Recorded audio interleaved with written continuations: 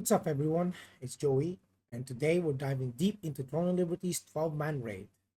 Not just the highlight reel, but a full breakdown of every boss fight and also the nasty bugs that can ruin your run. Here are my personal thoughts on whether this content delivers or if it still needs serious work. So grab a drink, let the gameplay roll, and let's talk MMO endgame. Alright, so basically if you are a returning player, you need to make sure you do the Venture Interlude, the Order of the Swan, the Painting Series, the Battle of Belfort. It's basically like quest chains that you need to do in order to start doing the raid. It's very basic. You just basically interact with a couple of things. You do the quests. Once you're done, you should be ready to start the raid. Alright, let's talk about the first boss, Dragarile. On normal mode, he's actually quite manageable as long as your group understands a few core mechanics. Phase 1, Pure Circle mechanic. Early into the fight, every player gets a purple circle around them. This means it's time to social distance, literally. You need to make sure your circle doesn't overlap with anyone else's. Why? Because if you touch another player during this phase, you'll both get feared, which is bad news if it happens during an incoming AoE. This phase ends when Dragarile leaps to the center. You could definitely take some serious damage if you do get hit. Phase 2, Color Pillars, red and blue. Right after the slam, the boss enters the colored pillar phase. Players will be assigned either a red or blue aura. Colored pillars will spawn around across the arena's grid. Each pillar needs 2 players to interact with it, ideally both with matching colors. Once every pillar has been activated correctly, the boss gets stunned, giving your group a damage window. Next, Dragarile does another center leap AoE. Same deal, roll dodge to survive. Immediately after, he casts a large radial AoE, kind of like the one from the 3-star dungeon boss Rankerwood. You step outside the green glowing circle to avoid it. While that's happening, another set of colored pillars appears. This time on the outer ring of the arena. Here's the twist. Now you need to make all pillars the same color. So how do you solve the color match? Here's how it works. Let's say 4 of the pillars are blue and 2 are red. Only 2 players with the red aura need to change those pillars to blue by roll dodging to the pillar's AoE, which flips its color. No need to overcomplicate this. Just look for the odd ones out and assign the right color players to fix them. Once all pillars match, the boss gets stunned again, giving your DPS another opportunity to go wild. And that's pretty much the whole fight. Just rinse and repeat these mechanics. It's a solid warm-up boss with good visual cues, but also punishes sloppy positioning if you're not paying attention. Alright, let's move on to the second boss. This time, it's a dual boss encounter. Zyros the Ice Boss and Vulcan the Fire Boss. Good news, the mechanics here are actually simpler than the first boss, but they do require your raid to coordinate and communicate properly. You've got a 12-man raid, which means 2 parties of 6 players. So before the fight starts, assign Party 1 to Zyros, Party 2 to Vulcan. Each group will handle their boss on opposite sides of the arena. For the first mechanic, we have the stacking debuff swap at 85 to 80% HP. Once the boss is hit around those HP thresholds, your raid will start getting stacking debuffs while staying on the same boss. To clear it, you just need to swap bosses. Party 1 moves to Vulcan, Party 2 moves to Zyros. Basically, just the tanks can stay. The tanks can basically just stay on the boss. Like they don't have to move.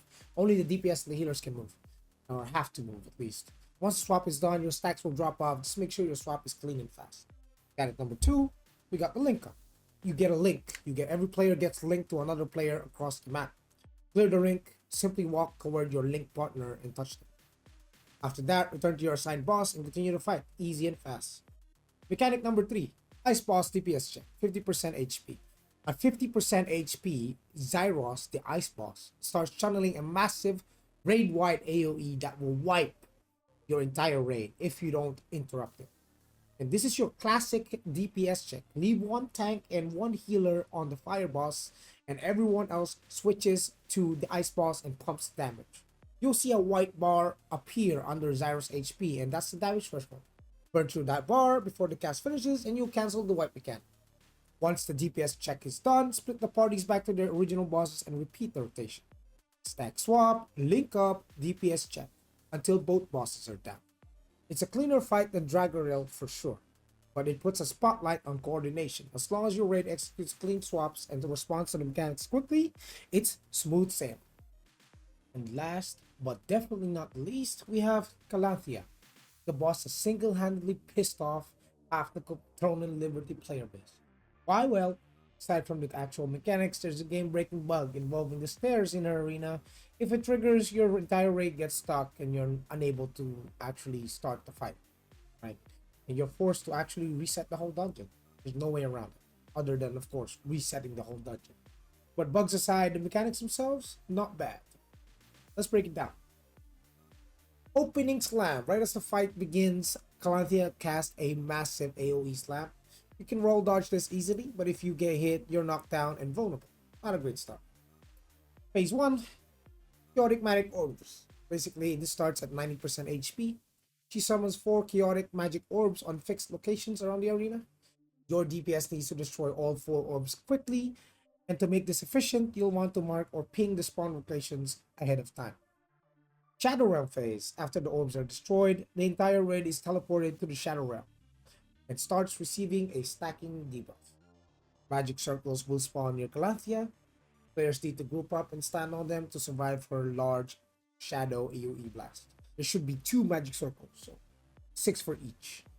Next phase is the beam and cone attacks. Back in the normal phase, Kalanthia begins using beam attacks and cone shake frontal AoEs. Tanks needs to face her away from the raid, especially those during those cone attacks. One wrong angle and your healers or DPS could get cooked. Positioning is everything here. Then, finally, the patrol phase, the possessed patrollers. In the next phase, she summons a possessed patroller. This is where the Shadow Realm portals return, but this time only DPS players should enter them to hunt and kill the patroller. If you don't go into the Shadow Realm, you can't interact with or damage the patroller. Failing to eliminate it can easily cause a raid wipe.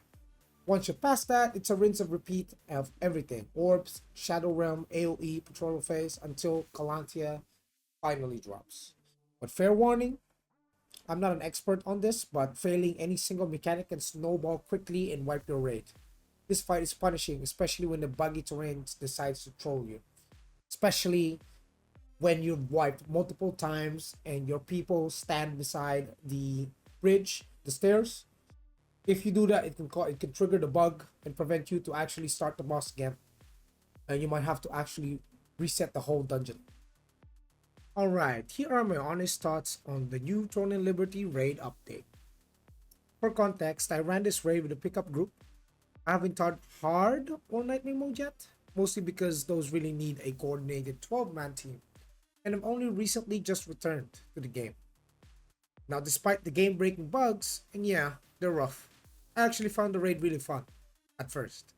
It's definitely the pinnacle of PvE content in Throne and Liberty right now. And honestly, even if hard and nightmare mode turn out to be brutally difficult, I think they should stay that way. Endgame should be a challenge. Gives players something real to aim for. But here's the big question. Will this raid be enough to save the game? And from a PvP player's perspective, probably not. Throne and Liberty originally sold itself on its PvP identity. And right now, that side of the game feels forgotten.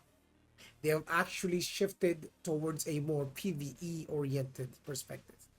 If NCSoft or AGS really wants to bring back their original player base, they need to introduce proper matchmaking-based PvP. Like matchmaking for war games, aka battlegrounds. Something accessible, rewarding, and actually competitive. And I mean that literally. If they added PvP content with meaningful progression and rewards equal to the raid gear, this game could thrive again. The systems are there. The players are just waiting for a reason to log in. There is literally nothing else to play.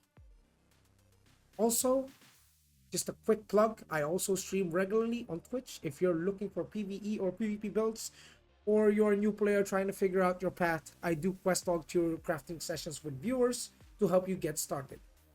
We break down class combos, builds, and stat spreads, all that good stuff. Drop by if that's your thing and let me know what you thought of the raid in the comments.